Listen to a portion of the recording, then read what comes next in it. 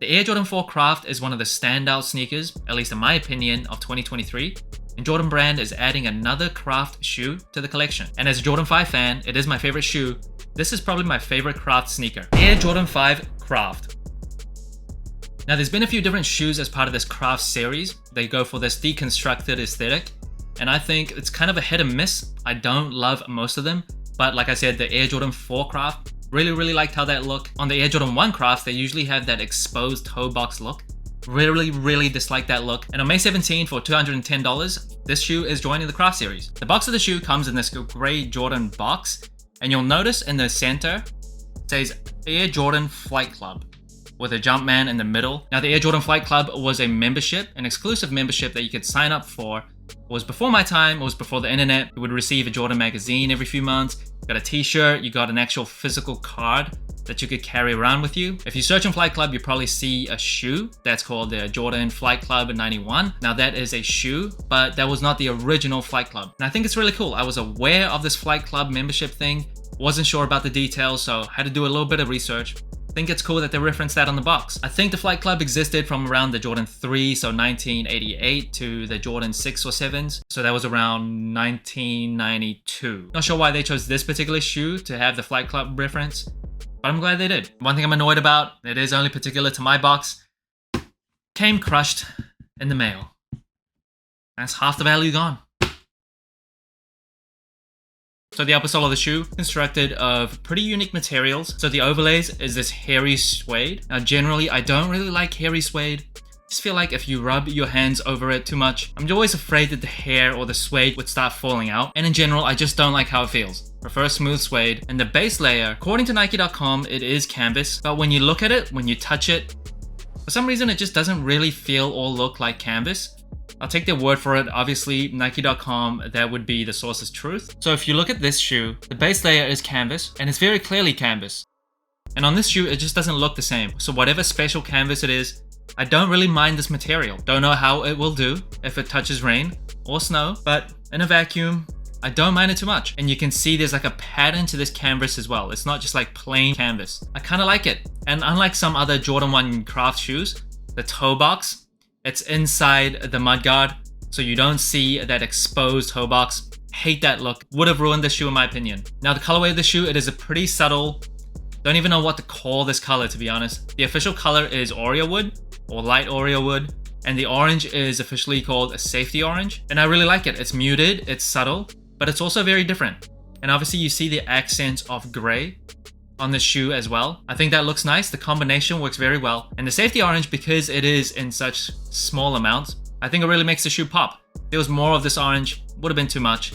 I like the amount that they went with. So you see on the tongue, it's an orange Jumpman, as well as on the inside of the tongue. And on the shark teeth of the Jordan 5, the most distinct feature of the Jordan 5, you see the gray color with white splatter. I like that. I really like the shark teeth on the Jordan 5, probably my favorite feature of the Jordan 5.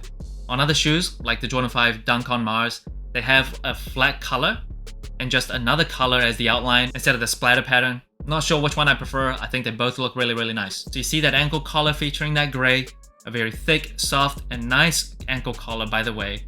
And on the inside of the shoe, the insole also has the same gray with a white Jumpman. And you see that same type of gray on the Jumpman stitched on the back of the shoe. Of course, because it's not an OG colorway, it doesn't have Nike Air branding on the booty of the shoe. It is a Jumpman. Said this in my previous video about the Jordan 4 Thunder. I don't mind the Jumpman on the booty. It kind of is a good way to distinguish OG colorways and new colorways. I like it. It doesn't look that bad. If the Jumpman on the heel of the shoe is enough to dissuade you from getting a shoe, you probably don't really like that shoe anyway. Now the Jordan 5 has a polyurethane midsole, so lighter than a rubber midsole, and it's also got a Nike Air unit on the heel of the shoe. Obviously you can see it, and one of my favorite things about this shoe is that icy outsole. Love how that looks. The Jordan 5 was the first Jordan to incorporate an icy outsole. Now it does have Jordan on the cutout instead of Nike, similar to the booty of the shoe, because it's not an OG colorway. Now one thing I'm very thankful for, they didn't go with a sail midsole like they do with so many other shoes nowadays.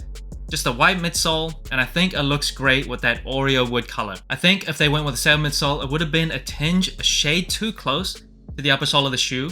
I think a wide midsole just makes the shoe pop a little bit more. They didn't pre-age the netting on the shoe, which I'm glad about. But even when they do, I don't have too much of an issue because the netting tends to yellow over time anyway. But white netting probably to match the non-sale white midsole. Now you see the eyelets is a bit more yellow than the netting on the side of the shoe. Not sure if I love that. I think I would have preferred white eyelets. Now the laces on the shoe is pretty unique. It's not a flat color.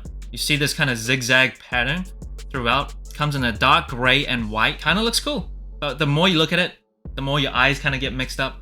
It's like a little optical illusion, but from a distance, it looks nice. I like how special they are. The shoe doesn't come with any extra laces. Honestly, I'm not sure what other color I would have preferred over this color. Maybe white laces would make this shoe really pop. Maybe orange. I think orange would be too weird on this shoe. I don't know. I kind of like the way the default laces look. And of course, the Jordan 5 is the first Jordan to introduce lace locks. Really don't like those lace locks. I always take it out when I wear the shoe. But this lace lock comes in the same dark gray that you see on the rest of the shoe. Now moving on to size and comfort, I'm a size 9.5 true to size. I do have wide feet, but for the Jordan 5, I always go true to size. It's a pretty bulky and wide shoe already, so it fits me perfectly. Even if you have wide feet, it doesn't feel snug anywhere on the shoe, not on the toe box, not on the arch. Perfect. So if you're like me, a wide, flat footer, I would recommend staying true to size. Comfort wise, the Jordan 5 is probably one of the most comfortable Jordan shoes, at least from 1 to 14. The 13 are probably the most comfortable, but I think a Jordan 5 is close second. I really like the feel of the Jordan 5, and it's probably due to the thick tongue and the thick ankle collar and the padding inside. Just wraps around your feet so nicely. Really like it. And even though it does have a polyurethane midsole, which is lighter than a rubber midsole, because of how bulky this shoe is, it's not the lightest shoe. So if you prefer a light shoe, probably not the one for you. Won't be the most comfortable shoe for you, but it does have a Nike Air unit on the heel like I mentioned before. But like so many other Jordans from this era, it does have a more flatter feel. And the total sole score for the Jordan 5 Craft comes to 19 out of 25. Around middle to high end of all the shoes that I've reviewed. And I think the colorway of the Jordan 5 Craft is really nice. It's muted, subtle, still stands out. It is obviously quite different. The material, even though I don't usually like canvas shoes, according to Nike it is canvas, which is kind of surprising. I feel like this canvas, because it's kind of different, I like how there's a pattern on the canvas. However, even though I don't mind it, I still think leather is king, or suede or nubuck, which are technically forms of leather.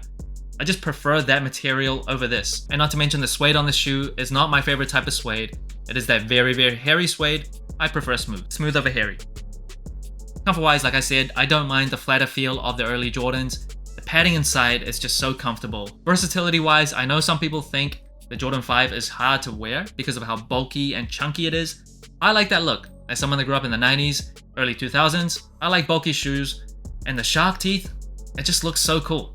Kind of looks like you're always in motion, the way it kind of leans forward. Love it. I think it's one of the most versatile silhouettes. This colorway, even though the safety orange may be a bit too loud for some people, comes in small doses. There's only hints of orange in it.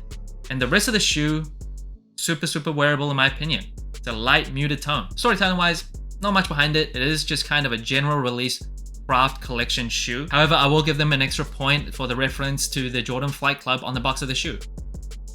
With the way Jordan brand pushes certain collections, certain colorways, certain silhouettes, like the Jordan 2s and the Lucky Greens, I don't see the craft collection stopping anytime soon. Sometimes they hit, sometimes they don't, but like the famous quote says, you miss 100% of the shots you don't take. I think with the Jordan 5 crafts, they definitely hit on this one. So that's it. Thanks for watching Sole Inclined. Like, subscribe, comment, all that good stuff. Let me know what you think of the Air Jordan 5 Craft. And remember, tomorrow may never come, so wear your shoes.